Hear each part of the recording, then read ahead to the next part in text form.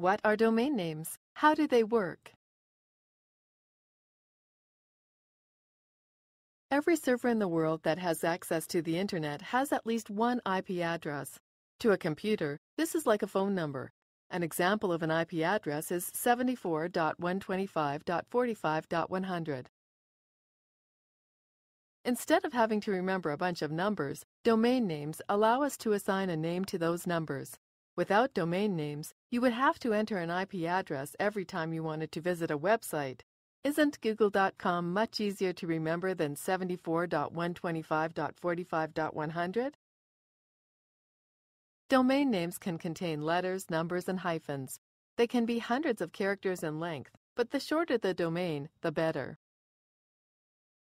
The background shows an example of why very long domains are a bad idea. More on this in the next tutorial. In order for your computer to figure out what IP address to use for a domain name, it has to connect to a name server, also called a DNS server. That server connects to another server, which connects to another, and so on, until a server is encountered that knows the right IP address for the domain name.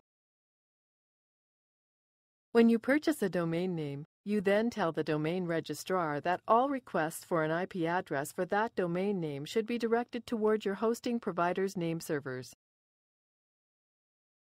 You'll find out more about domain registrars and how to buy a domain name a few tutorials later in this series.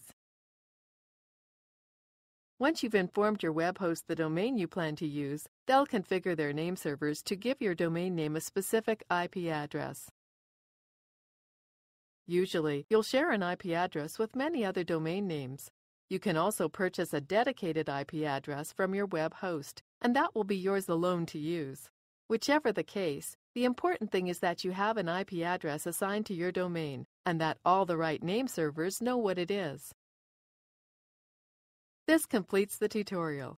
You now know what domain names are and a little bit about how they work.